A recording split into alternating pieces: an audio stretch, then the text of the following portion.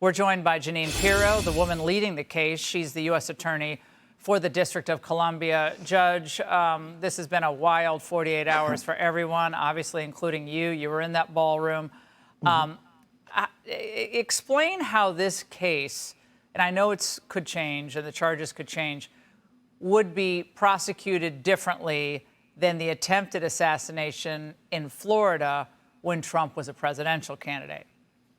Well, I can't speak exactly to what happened in Florida, but what I can tell you is that we have a case right now that has tremendous factual, and right now we're looking into digital presence of this particular defendant.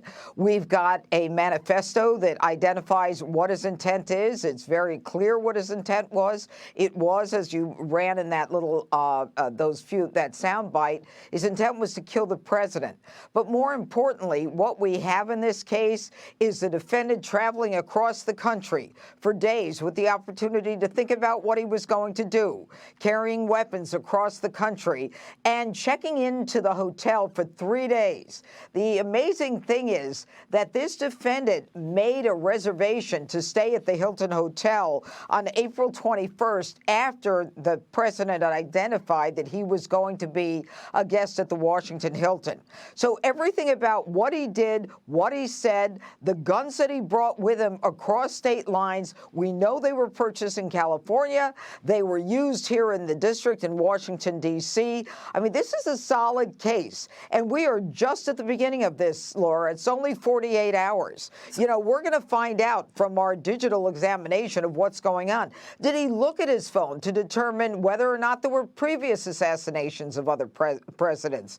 Did he check his phone to find out when the president was actually entering the room, the ballroom, and when the president was actually sitting down and they were starting to serve the meal? We will know, and we will be able to track everything he did from the moment he made that decision to make the reservation at the Hilton Hotel. And there's a lot more evidence that we need to get. But I can tell you that in the less than 48 hours, the FBI, United States attorneys from my office issuing legal process and warrants across the country are on this case. Yeah. And I'm hopefully, Laura, that for the first time, people will recognize, people who are in that room, who are in the press, now get the sense of how it feels like to be hunted.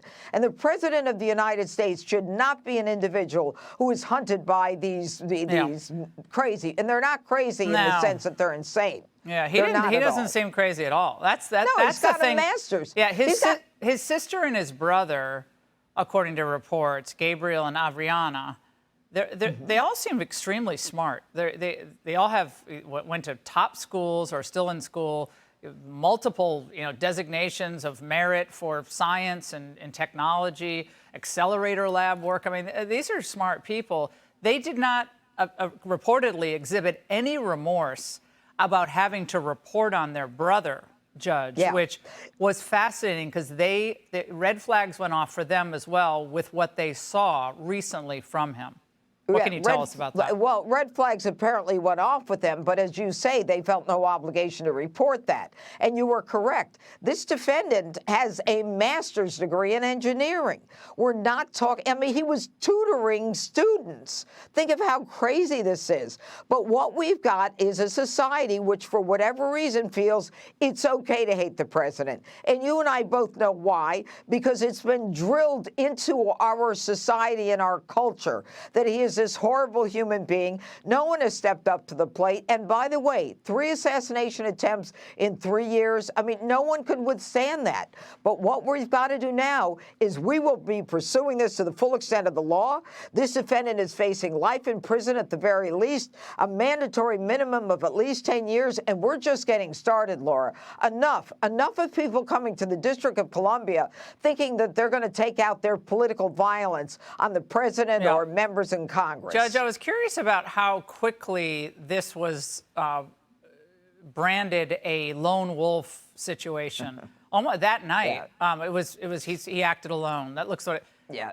Was there any interaction that you can tell us about online with others in these freak chat rooms where a lot of these, especially young men, spend a lot of their time, where anyone was kind of interacting with him about perhaps plans or happy that, he almost was shot or anything like that? Well, that's the kind of thing that we're going through right now, Laura, that the FBI is absolutely combing. There will be nothing that won't be identified and discovered as it relates to his past actions with this digital footprint that we're looking to establish right now. Now we have the evidence we need, the complaint we needed for the presentment. There will be a hearing on Thursday and then another preliminary hearing in May.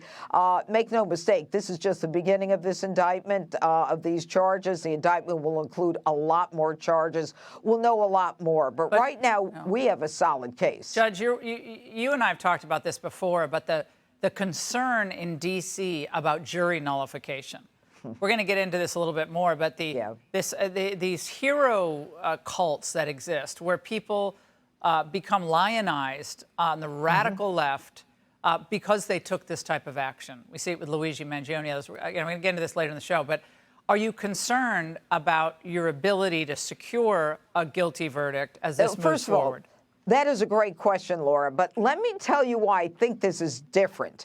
This is different because there were reporters in that room. This is different because this defendant said in his manifesto, he said, if I have to, I'll kill other people or go through other people to get to the president and the high-level officials from top to bottom.